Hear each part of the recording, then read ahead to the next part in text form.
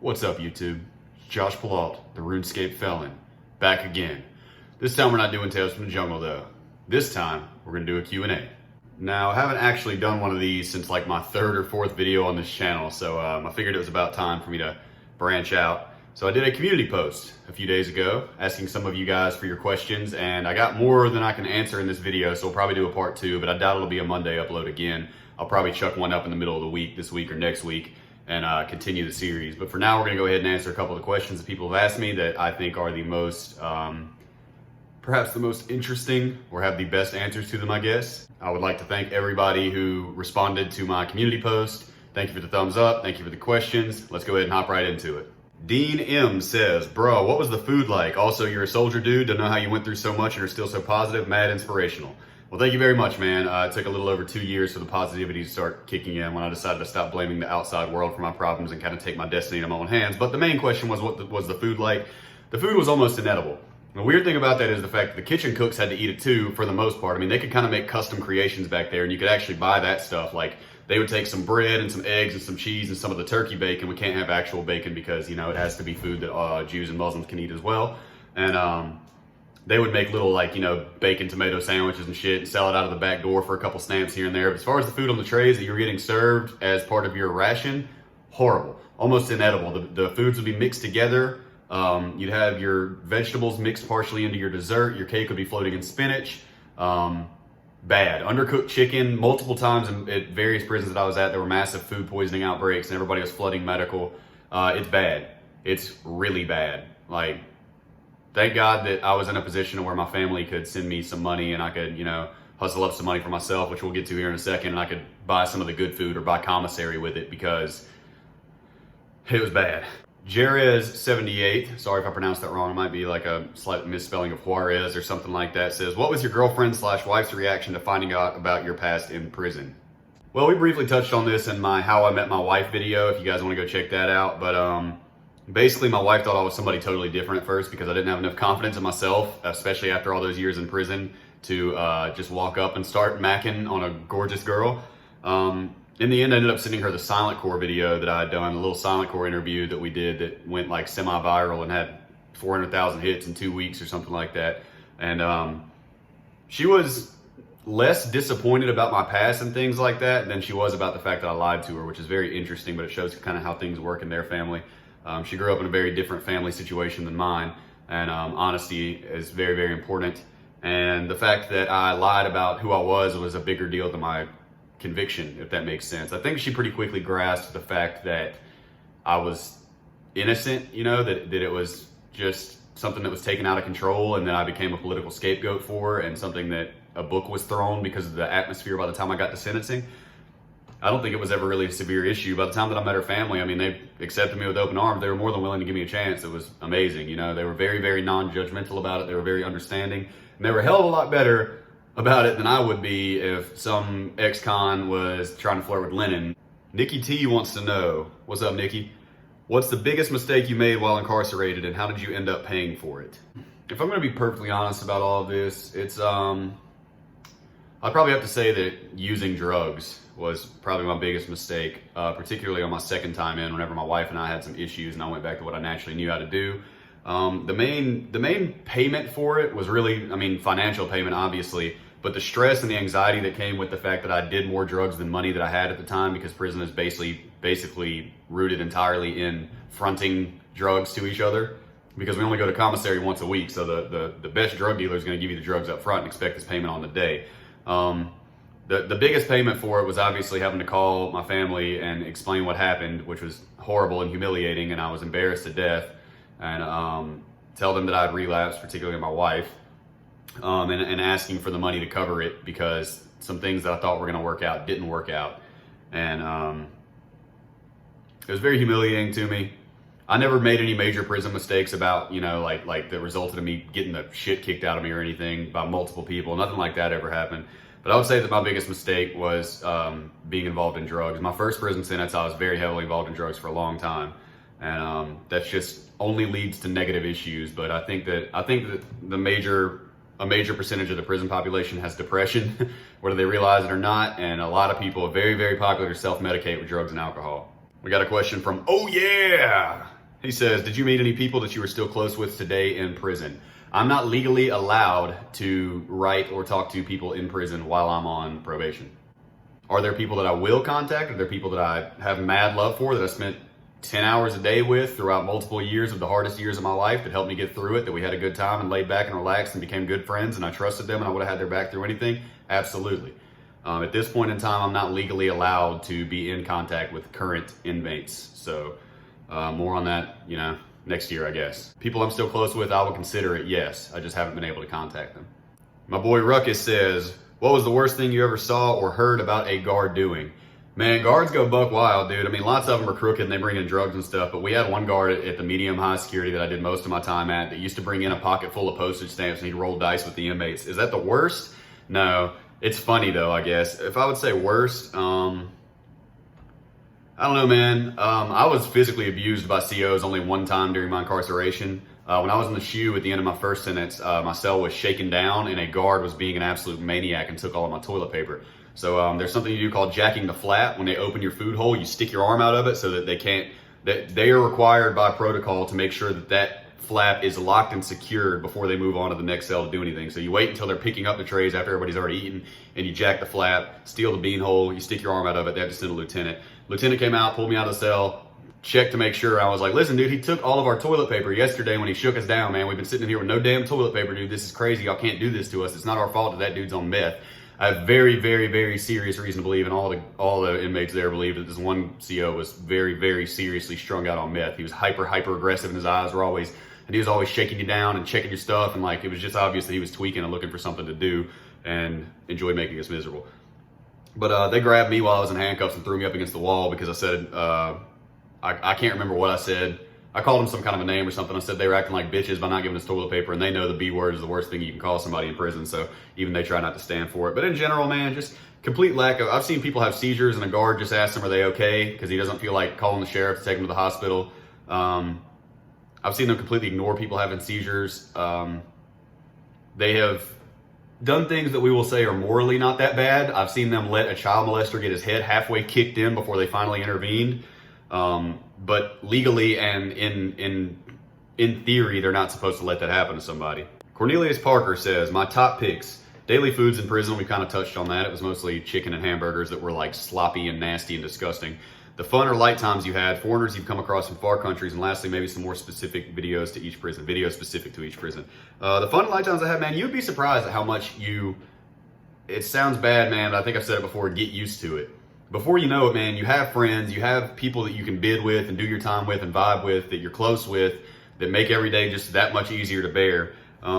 I spent 6 to 7 hours a day in a band room with my boy Alan and Garfield, man, my drummer and my bass player, like just all day, every day pretty much, writing music and hanging out with them, man, and occasionally doing little pieces of boxing or whatever, if I'm being honest, and those are some good times, man. I actually look back on those with almost a sense of nostalgia. It's almost like Stockholm Syndrome. There are points of my prison bid where I got so into the groove of things and time was passing so easily and things were going so smoothly and so quickly that it almost could feel like a nostalgia for that point in time. I know that sounds crazy. I don't think anybody's going to understand exactly what I mean, because it's not like I want to go back there whatsoever in any way, shape, or form. But there are still times that I'll look back on fondly, if that makes sense, as far as the situation that I was in, if that makes sense. Pretty much all the foreigners that I knew were Hispanic, and they were in federal prison for coming to the United States. Rather than putting them on a bus and dropping them back off on their side of the border, they spend, half the federal prison population or something like that as Hispanic guys serving 6-7 years in the federal system, rather than being dropped back off in their own countries, because we have prison privatization and people make money from prisons. Chris Ripley says, was it overwhelming adjusting to normal life when you were finally released? Also hope you pull Ranger boots from your next medium clue. Thank you, man. That is a very, very high compliment. I also hope that I get those from next medium clue, man. That is a major blessing. Yeah, normal life was overwhelming, to be honest with you. That's part of the reason that I went back on violation, man. I'm not trying to make excuses here, but when I got out of prison, dude, I didn't understand it. I always say Snapchat and I always say Snapgram and InstaChat was the king of the world. People were saying lit, fam, bass, salt, and like, everything was overwhelming, dude. The narcissism and self-obsession had gone through the roof. The polarization was so extreme that it didn't even make sense to me, that people would like say if you have opposing views, they want you to be dragged out in the street, shot in the head, and killed. The entire internet had taken over 4chan's sense of humor, but we're talking shit about 4chan even though they invented all the memes and fonts and styles that everybody uses today. It was crazy, dude. It was crazy. I'd never had a touchscreen phone until I got out of prison that time, you know, and I had that, and then all of a sudden there's all this new social media and slang and haircuts and styles are totally different. Technology had come so far, and I just was thoroughly confused, man. And eventually I went right back to what I knew was comforting to me, which was drinking and smoking and doing drugs. And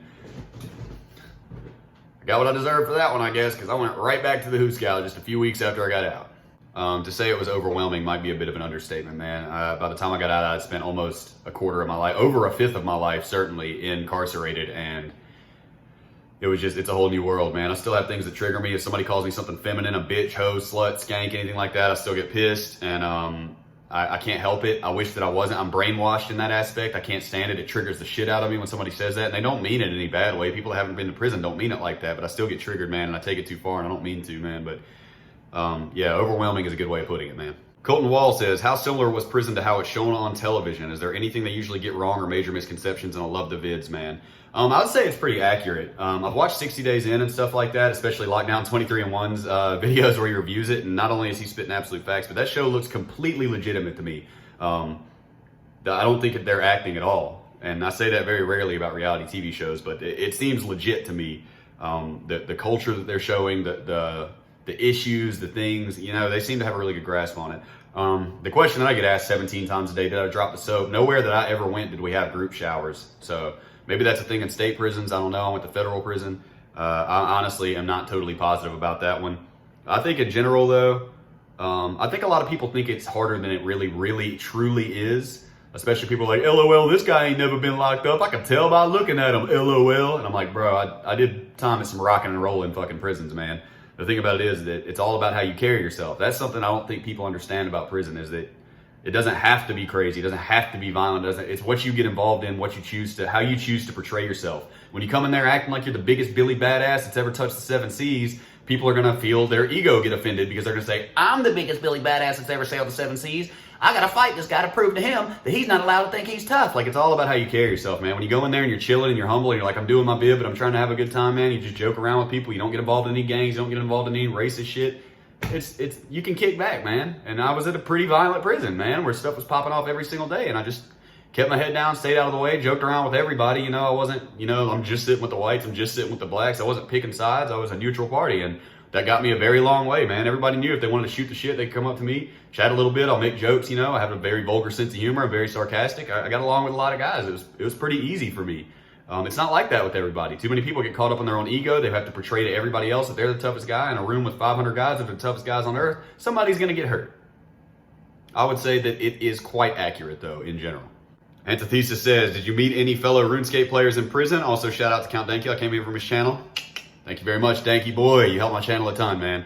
No, I met one guy when I was in prison. My last cellmate on my last violation when I went back. He had played RuneScape a little bit when he was younger. And he was like, yeah, bro, I had a dragon chain body, man, you know what I'm saying? Which was like a big deal for the era he was talking about. But I was like, get on somewhere, man. We can talk about that, man. I got a Grazi rapier, boy. I'm rocking the bandos with the prims. You don't even know about prims. They didn't even have that or the rapier when you played, man. He's bragging about having 100 quest points. But I still vibed with him, But the answer is basically no. Christopher Vengeance says, what are jobs in prison like? Did you have one? Also, can't wait for you to be on the PKA podcast. Me neither, buddy. I really hope they get back to me soon, man. I'm not trying to just like push them and act super thirsty for it, but I think it could be really big for all of us, including the fact that I have, information I'd like to release when I go on that podcast. What are the jobs in prison like? Yeah, there's chefs in prison. There's the kitchen workers. I think I read one time that there's no prison in America other than the ultra high maximum security in Florence, Colorado that can run without prison labor. So on average, you're getting paid like 12 cents an hour or something. I think dudes that were mopping the floors in the kitchen, busting their back 40 hours a week made about $22 a month, something like that. See, I got a sweet job. I eventually landed the job of guitar teacher when I was at Talladega. And so it was my job to restring the guitars, tune them up, make sure nobody stole the strings off of it, and also teach the guitar class. And for that, I got $25 a month, which is considered a boon in there. The FBI would put the money directly on my books, or I guess the BOP, the Bureau of Prisons, would put the money directly on my books at the start of every month. $25 a month I got for making charts and teaching people, but luckily I was doing what I loved. I didn't really care. Not to mention, now that I'm not in prison, I can say I was also taking the extra guitar strings and clippings of guitar strings, and I was selling them to tattoo artists for a significant profit. I have no idea how to pronounce this. Tonsi's Vazir says, will you get your daughter to play RuneScape when she's old enough? Damn sure hope so. Chill says, did other inmates teach you the ropes, or did you just learn along the way, rules and all that? No, I would say that there were definitely a few guys that I can look at throughout my jail and prison history that took me under their wing sort of and explained to me that I was doing things that were not acceptable. One early instance of this is whenever I called this dude, Andy, in my county jail. He was asking if I wanted to go in and throw in a couple noodles with him. We could make some food and a couple guys could eat. And I said, hell yeah, bitch. Which just like now I'm like, oh my God. And he was like, listen, man, we don't say that bitch word around here, man, blah, blah, blah. And I thought he was just kind of messing with me. I said it again later. He was like, man, come here, let me talk to you. Looking back, most of the time when somebody says, come here real quick, they're about to swing on you. But he was like, come here. I sat down on his regularly, listen, bro, I know that you were green as summer's grass here. And I've been locked up for like 3 weeks at this point. I was like, I'm a hardened criminal, boy. I did 3 weeks in jail. And he was like, listen, man, in prison and jail, bitch means you're taking it in the ass from a man. And it is the single worst thing that you can call somebody. He said, you don't do that. It's insanely disrespectful. And if you call anybody else in this room that word, they're probably going to punch you in the mouth. And I'm letting you know, dude, it doesn't rock like that. I know I'm not mad at you because I know you don't know. And so, from that day forward, the definition of it changed in my mind. And I don't look at that word the same anymore, man. I hate to say it, essentially brainwashed at the age of 19. I'm 27 now, and that word and several other words still trigger me. I later learned down the line, you don't call a man anything feminine. Panty boy, sissy, punk, none of that. Iridescent Life said, on the official podcast, you mentioned how Buddhism helped you deal with the time in your particular situation. How has Buddhism affected your overall life view, and do you ever think you would get back into it? Okay, well, I don't really talk about like spirituality and stuff on my channel, mainly because the earth is so polarized right now, and I'm not trying to offend anybody. I'm not trying to run anybody away. I'm not trying to have arguments with anybody. The thing about the internet is you're not going to change anybody's opinion, and they're not going to change yours. Same thing as it is in person. There's no sense in arguing about things. But I will say that I'm trying to think about how to put this delicately, man, because there's a certain threshold that I would like to stop myself at before just jumping out there, because I don't feel like it's my time or my place to address a lot of things in a super in-depth fashion, if that makes sense. Long story short, I became an atheist when I was 14 years old. I was very, very into anthropology and the history of humanity, very much into evolution. I became an atheist at the age of 14. I had a brief experience flirting with Christianity when I was about 15 or 16, I would say 15 years old. Shortly thereafter, that wore off. The seeds were planted in rocky soil, as the parable goes, and I went back to atheism. Now, several years later, I hit ego death on acid when I was 19, just a few months before my arrest. I felt the absolute unity of all things in the universe. I realized that believing that anything is any different from the next thing is a complete illusion, and all we are is vibrating points of matter in this crazy, crazy explosion from the Big Bang onward. And I didn't know what that was. I called it my bad trip for a really long time. And if you're super, super confused right now, I understand. Ego death is a very, very overwhelming is not even the word for it. It's like a life-changing experience, and it was not positive to me at the time. Years down the line, I found the Concise History of Buddhism, its History and Teachings by Donald S. Lopez Sr. Upon reading that, I realized that this is what the Buddhists call seeing emptiness, which is the ego death. And it's becoming aware of the fact that there's really no reason to distinguish between you and the next man. And when you put yourself over other people, that's the whole problem with the entire world. Essentially, the golden rule boiled back down. Buddhism has still had a major impact on my life. Years down the line, I would find another spirituality that I did not want, that I was completely against, that I did not believe was true, that I'm now fully aware of the fact that it's true. Do I feel like defending it? Do I feel like arguing with people about it? No, I'm not going to change anybody's mind, and they're not going to change mine. I know what happened, and I had an experience that I would have once called somebody schizophrenic if they told me what happened, and it happened to me. So I'm no longer a Buddhist. I still think the Buddhism is wonderful. I was a non-theist Buddhist. I think that there's a lot that you can learn from it, and it is a gentle easing into spirituality for thoroughly non-spiritual people. They're basic principles of life. There's principles about how to debate.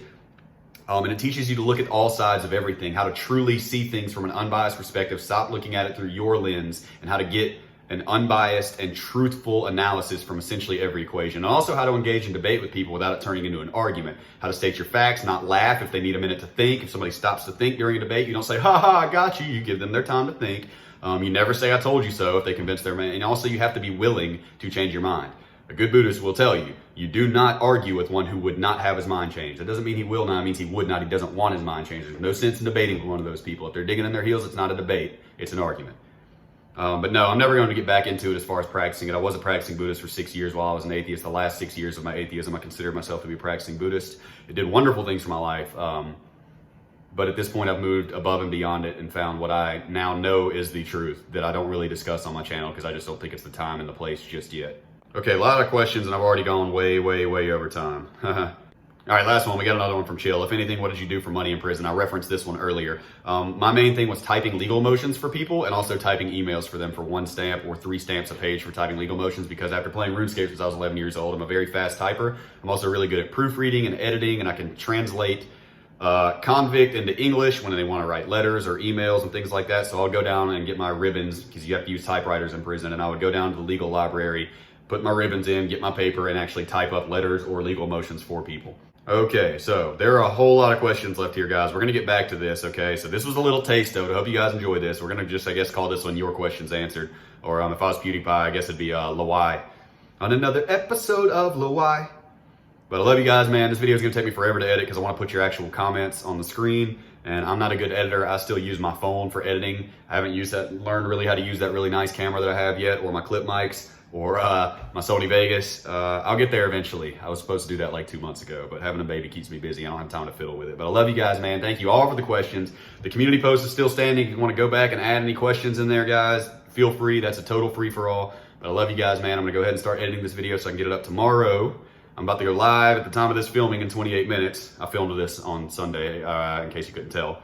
And we'll have the video up for you tomorrow, which is today for you. Hopefully, if you just clicked on the same day. But I love you guys, man. Y'all have a beautiful week. Thank you all for your love and support, man. And I will see y'all next week with another video. Twitch.tv/JPalault. And I'll see you every Monday with an upload. Stay free. Stay safe.